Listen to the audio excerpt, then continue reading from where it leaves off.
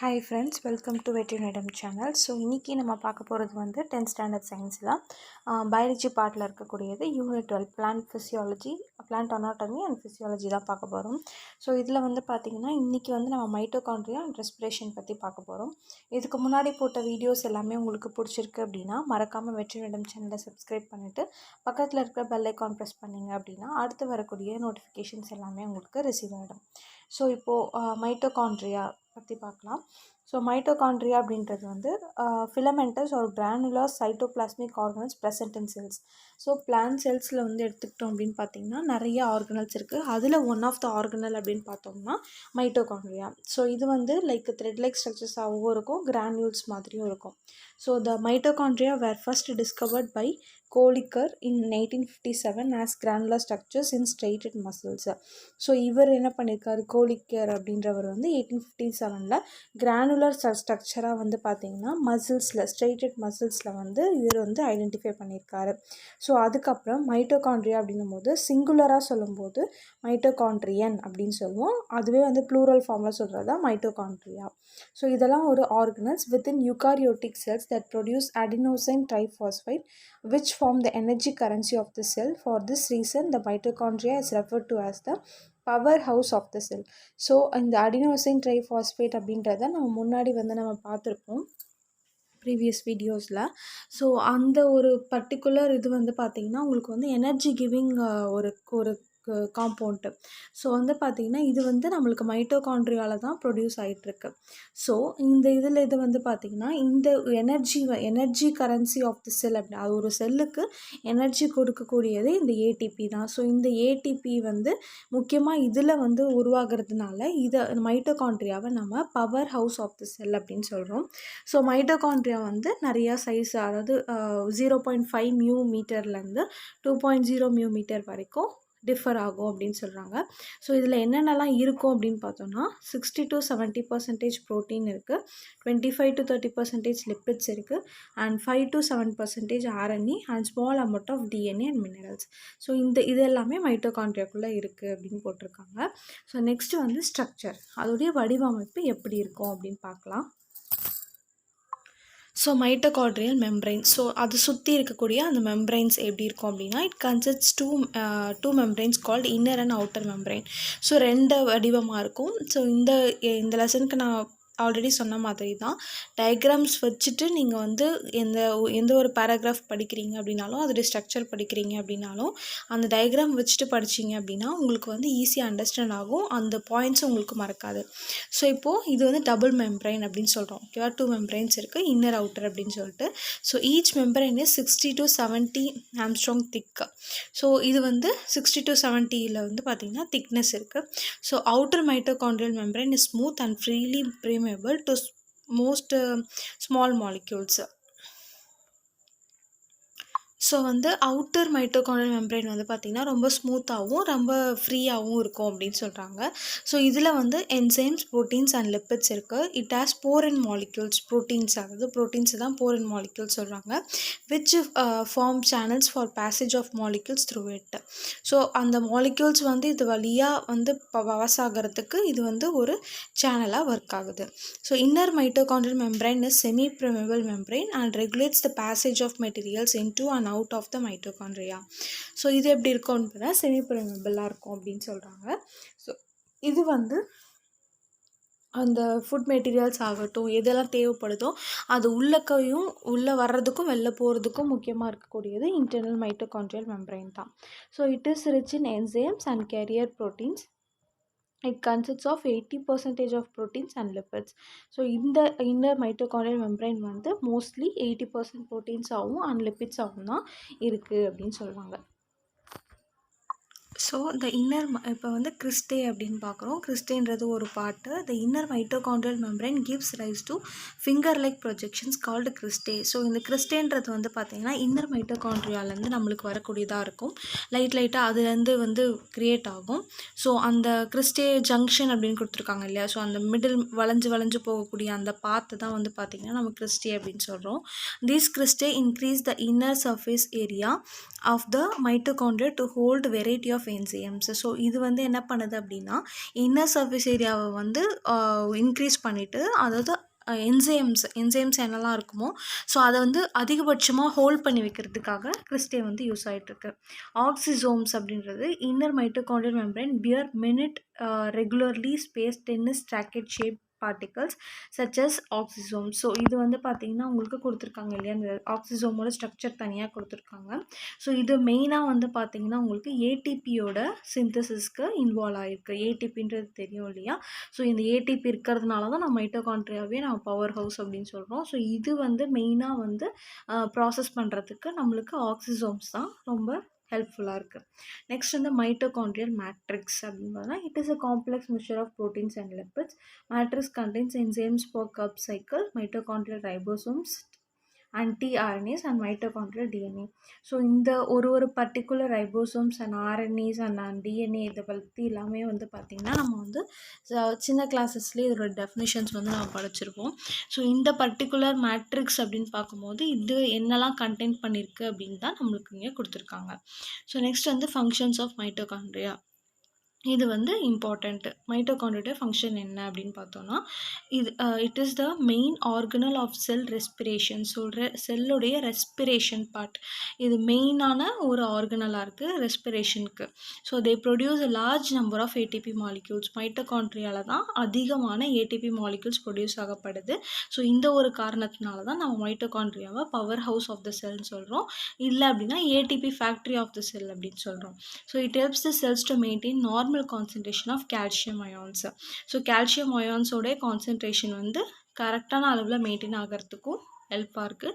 And it regulates the metabolic activity of the cell. So ஒரு metabolism நடக்குது அப்படின்னா அது வந்து ரெகுலேட் பண்ணுது. ஓகேவா, இப்படி தான் நடக்கணும் அப்படின்ற ரெகுலேஷன்ஸையும் இதான் கொடுக்குது. ஸோ நெக்ஸ்ட் வந்து பார்க்கும்போது types of respiration. So respiration involves exchange of gases between the organism and the external environment. So external environmentக்கும் அந்த பர்டிகுலர் ஆர்கானிசம்க்கும் இருக்கக்கூடிய அந்த எக்ஸ்சேஞ்ச் ஆஃப் கேஸஸை தான் நம்ம வந்து ரெஸ்பிரேஷன்னு சொல்கிறோம். The plants obtain oxygen from the environment and release carbon dioxide and water vapor. This exchange of gases is known as external respiration. So இது அதாவது நம்மளுக்கே தெரியும் பிளான்ஸ் வந்து அது என்ன பண்ணுன்னா கார்பன் டை ஆக்சைடை எடுத்துக்கிட்டு obtain oxygen from their environment. ஆக்சிஜனை வந்து என்விரான்மெண்ட்லேருந்து எடுத்துக்கிட்டு இது என்ன பண்ணுதுன்னா கார்பன் டை ஆக்சைடையும் வாட்டர் வேப்பரையும் ரிலீஸ் பண்ணுது. இந்த ஒரு பர்டிகுலர் விஷயத்தை எக்ஸ்டர்னல் ரெஸ்பிரேஷன் அப்படின்னு சொல்கிறோம். இது வந்து ஃபிசிக்கல் ப்ராசஸ் அப்படின்னு சொல்கிறாங்க. So biochemical process occurs within the cell.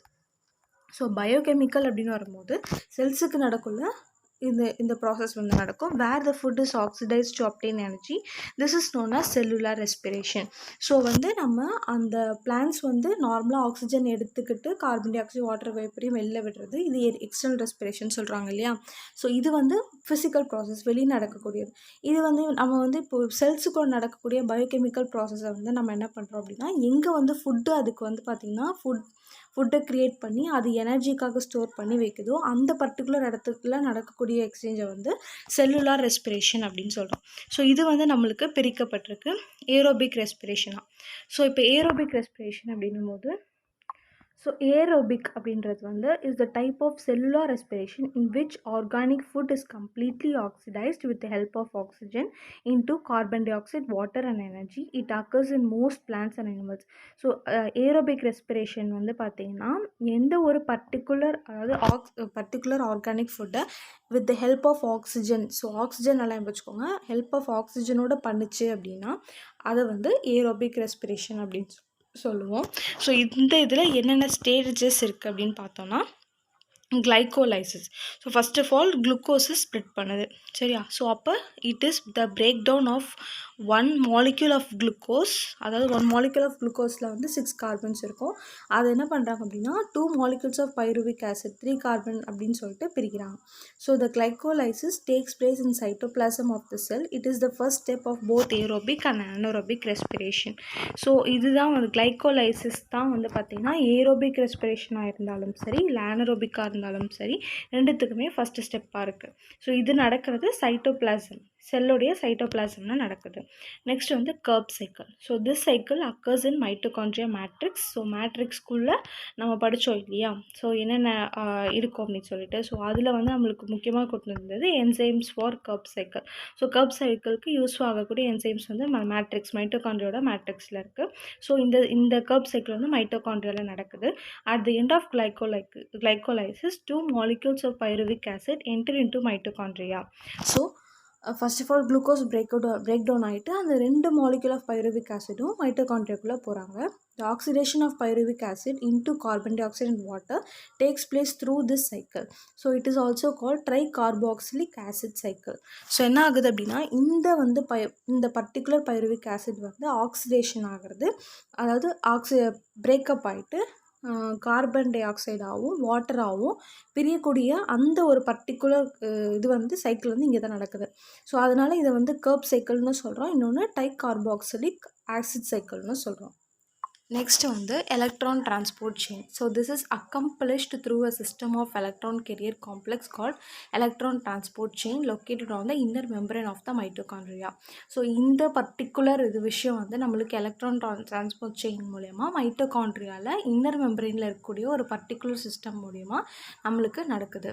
So NADH2 plus FADH2 molecules formed during glycolysis and Krebs cycle are oxidized to NAD plus and FAD plus to release the energy via electrons. So என்ன ஆகுது அப்படின்னா, நம்ம பார்த்தோம் இல்லையா கர்ப் சைக்கிளில், so அதில் pyruvic acid வந்து break down ஆகி கார்பன் டை ஆக்சைடு அந்த மாதிரி ஸ்ப்ளிட் ஆனதுக்கப்புறம் அங்கேருந்து நம்மளுக்கு கிடைக்கக்கூடிய மாலிகுல்ஸ் தான் NADH2 + FADH2.